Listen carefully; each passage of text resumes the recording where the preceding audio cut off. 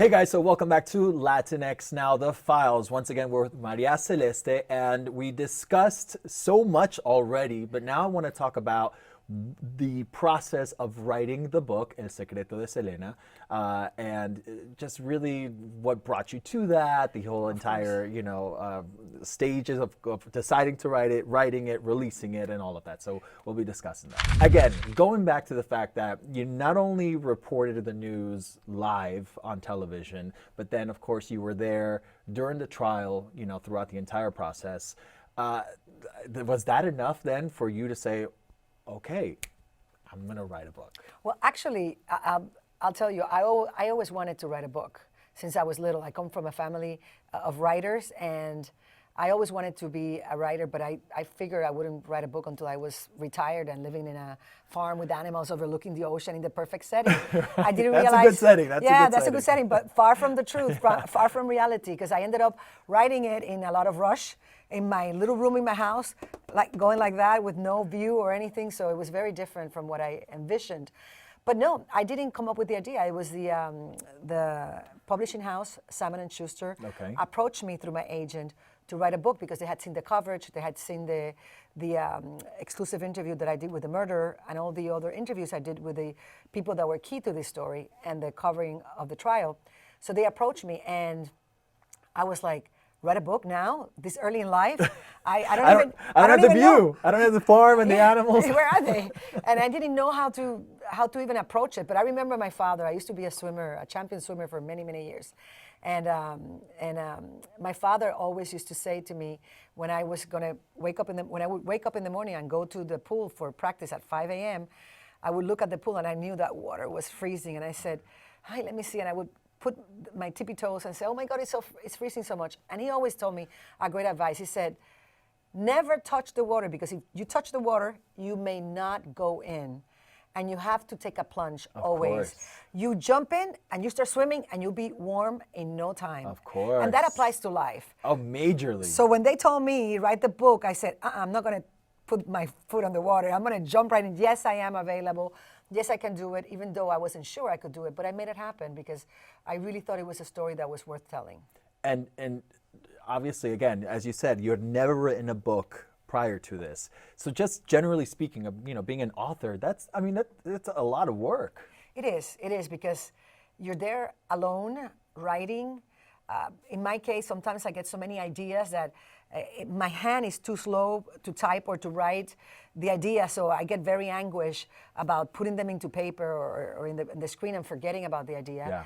And in this case, it was even more delicate because there were so many legal issues, and I really wanted to be protected. I didn't want any lawsuits. I didn't want the public to discover that I wrote something wrong, that I said something that was not accurate. So I had to be consulting at all times documents, court documents, and other important official papers.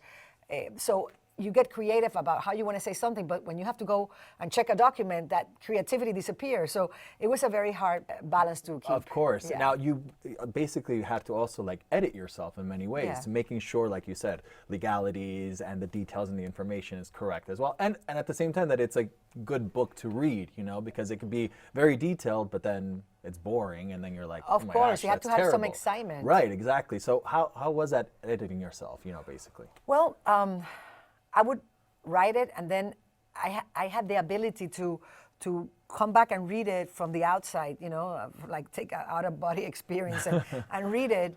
And there were parts that I edited, and there were parts that I really liked, and there were parts that I enhanced and made them, better creatively in terms of how to present them.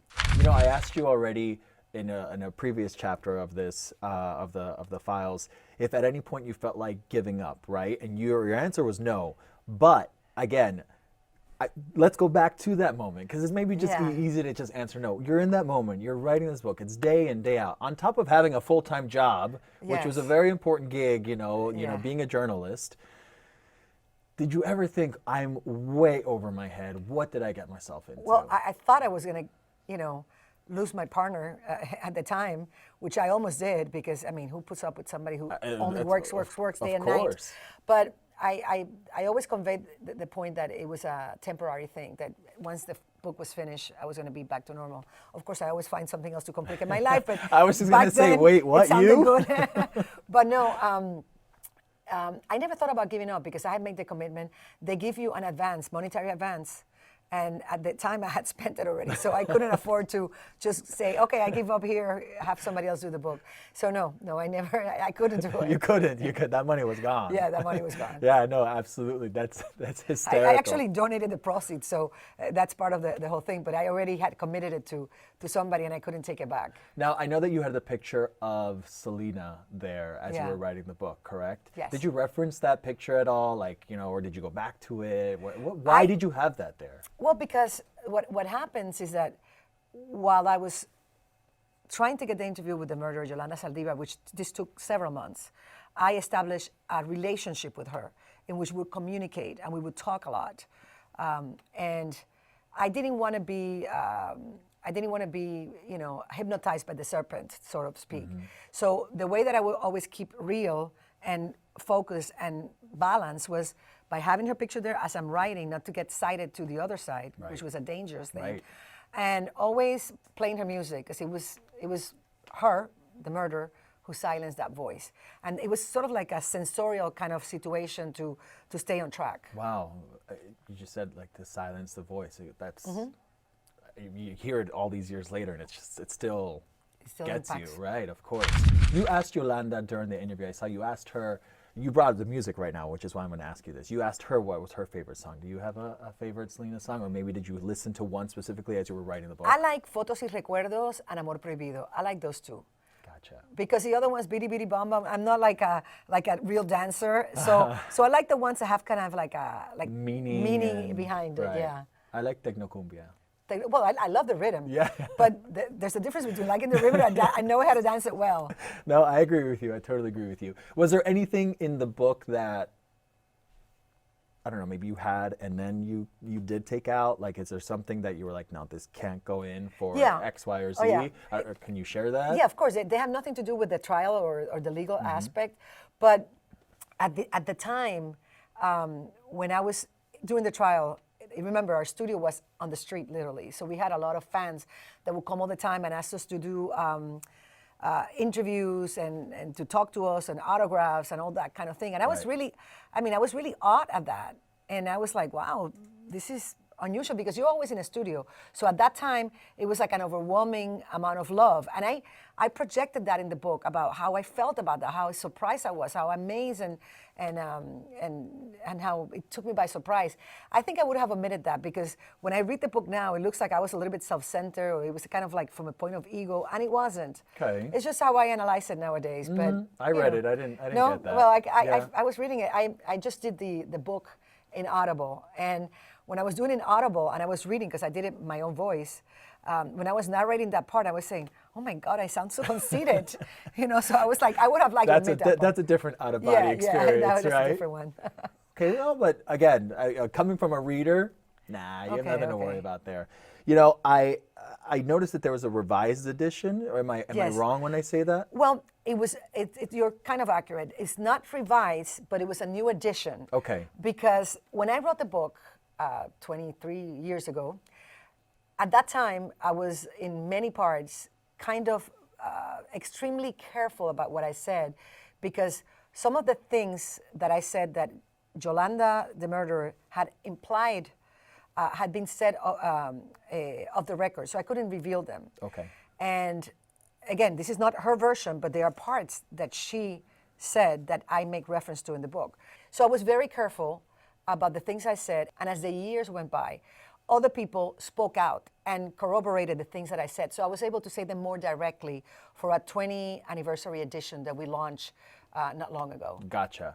The expectation that you had versus the reactions that actually took place with your book, the differences there. What was most shocking to you? Well, the most shocking thing was that many people judged the book without ever reading it, just because they heard from other people that it was the alleged version of Yolanda Saldívar, which never was. Never, right. Never. I would never do a book based on what the murderer said at all.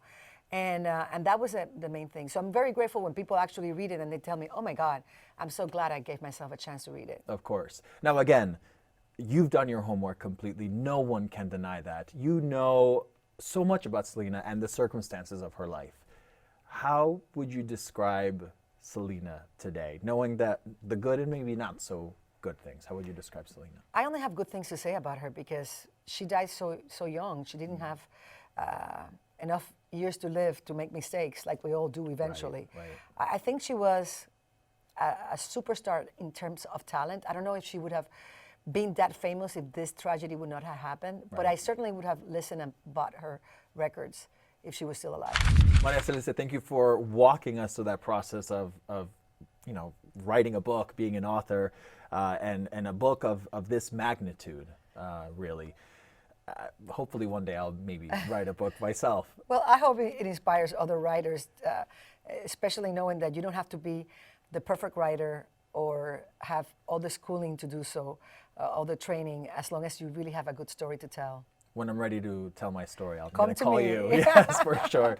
All right, so we'll take a look next at once you release the book, which I can't imagine the nerves that takes place when it comes to that. And again, regarding such a serious topic as the murder of Selena. So we'll be taking a look at that on the next Latinx Now, The Files. You got it.